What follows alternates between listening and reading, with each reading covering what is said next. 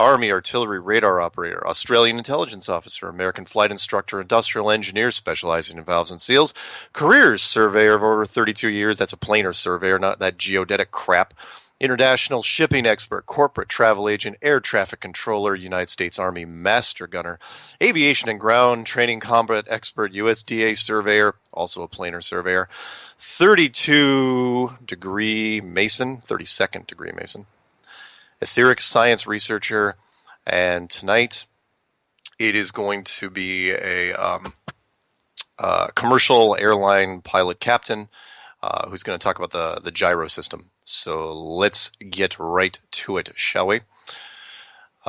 Dear Mark, please, and he's remaining anonymous for the time being, but we may get him in before it's over, and you'll see why as I read the letter. So, Dear Mark, please don't use my name. I'd prefer you refer to me as Mac, M-A-C-K. I'm a career commercial pilot. And, oh, by the way, before I continue with this letter, just so you guys know, I have a brand new microphone headset. So if I'm coming in too hot or too soft, please somebody shoot me a thing on Skype or email, and I'll try to check my email here in a bit every once in a while. Let me know if it's too hot. I'm a little worried because the when I say Peter Piper picked a peck, it sometimes ends up a bit breathy. So I'm just kind of trying to adjust this little mic. It's very sensitive. Anyway, please don't use my name. I'd prefer you refer to me as Mac. I'm a career commercial pilot, and I'm currently serving as a senior captain on the B777 fleet of a flag carrier airline. He's not going to name which airline for obvious reasons.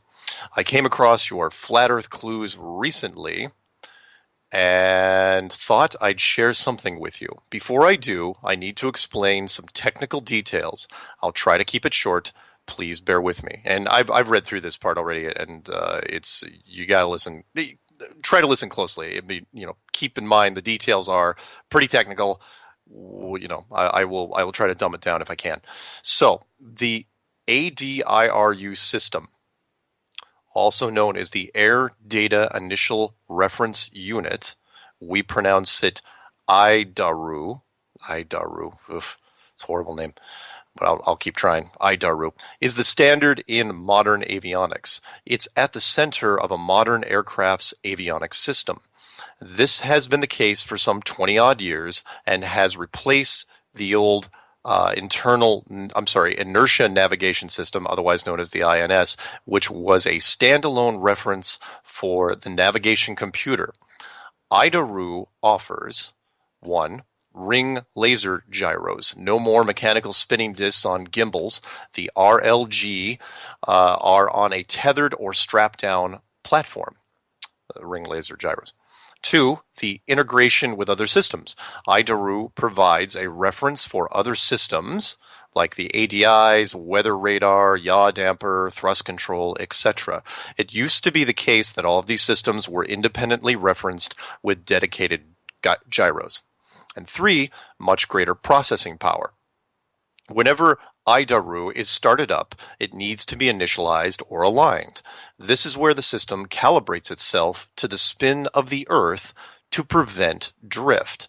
The procedure involves entering your latitude and longitude coordinates and commanding the initialization.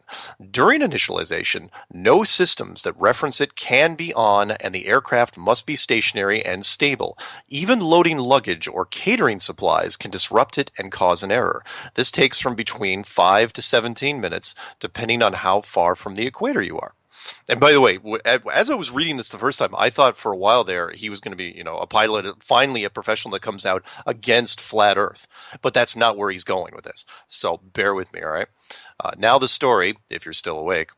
In October of 2015, I was commanding a routine 6-hour flight. When it came to initializing the ADIRU, it returned an error.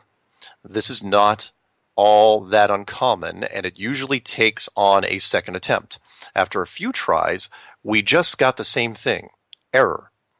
I called the tower, explained the situation, and they sent an avionics tech out. He ran his check in the avionics bay and said that it all checked out and that the fault was only with the initialization module inside the box. In this situation, they would normally just unplug it and slide a replacement box in there. However, it's a rare occurrence and has never happened to me. Unfortunately, there was no replacement available at this location. I called the company and reported the situation. After about 20 minutes, someone got back to me and advised that they could get a replacement box to me, but would take about 12 hours. Or, since my flight plan was not outside of ground radar coverage, I could use GPS as a primary reference and adjust the ADIR data via ATC manually and periodically to compensate for drift. I decided that the later suggestion was within safe limits and made the decision to continue.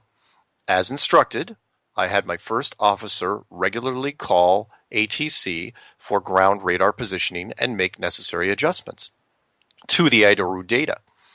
However, throughout the entire flight, and this was a 6-hour flight, no drift occurred.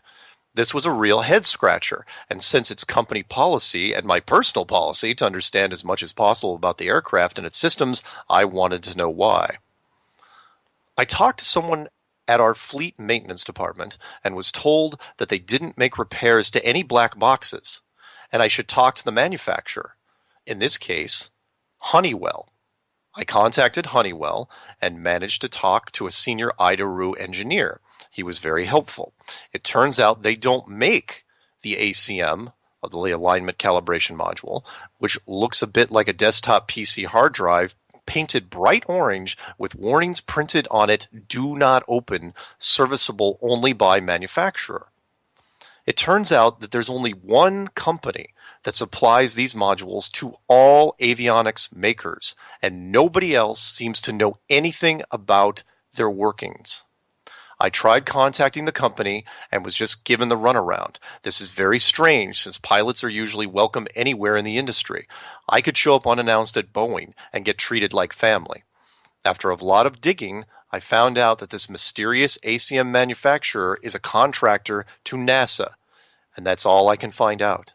To date, I've been unable to talk to anyone there and still can't find out anything about this ACM. It feels like I've hit a wall, but I'm still digging. To be fair, I wouldn't describe myself as a flat earther. I'm just someone who wants this question answered. If there are any breakthroughs on this, I'll let you know. Feel free to use any of this on your show, but please remember to refer to me as Mac. I did consider allowing you to interview me, but this time I don't think I'm comfortable with that. I'll let you know if I change my mind. All the best, Mac. Wow. Okay, so let me break that down for you real quick. So inside the gyro system that he was talking about, the gyro system, in this case, the black box, was made by Honeywell. The alignment calibration module is not made by Honeywell. It's subcontracted out by another company, and that company has it sealed to where only they are allowed to work on it, but they don't ever work on it. They just swap them out. They just swap out the parts. So what happened was this particular alignment module broke before he could fly. The weird, on the weird circumstance, they couldn't get a new one in there, so he flew the 6 hours without using it. And the plane should have drifted because of the curvature and the Coriolis effect, otherwise known as the spinning of the Earth. And it didn't.